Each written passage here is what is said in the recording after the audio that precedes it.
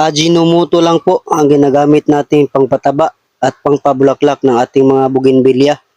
At ito ginagawa natin every other day pag mainit ang panahon. Pero nilagay ko muna sila sa lilim kasi hindi pa ako nakagawa ng rack sa labas.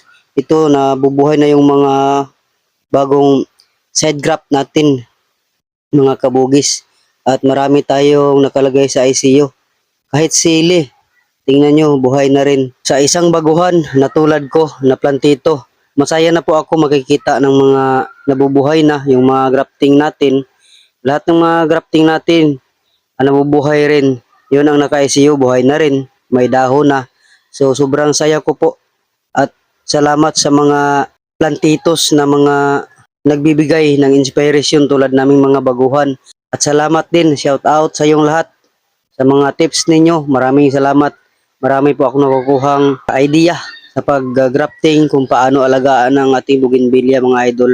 Paki-follow and like mga kabugis. Marami pong salamat sa inyong panonood. Hanggang sa susunod na video natin.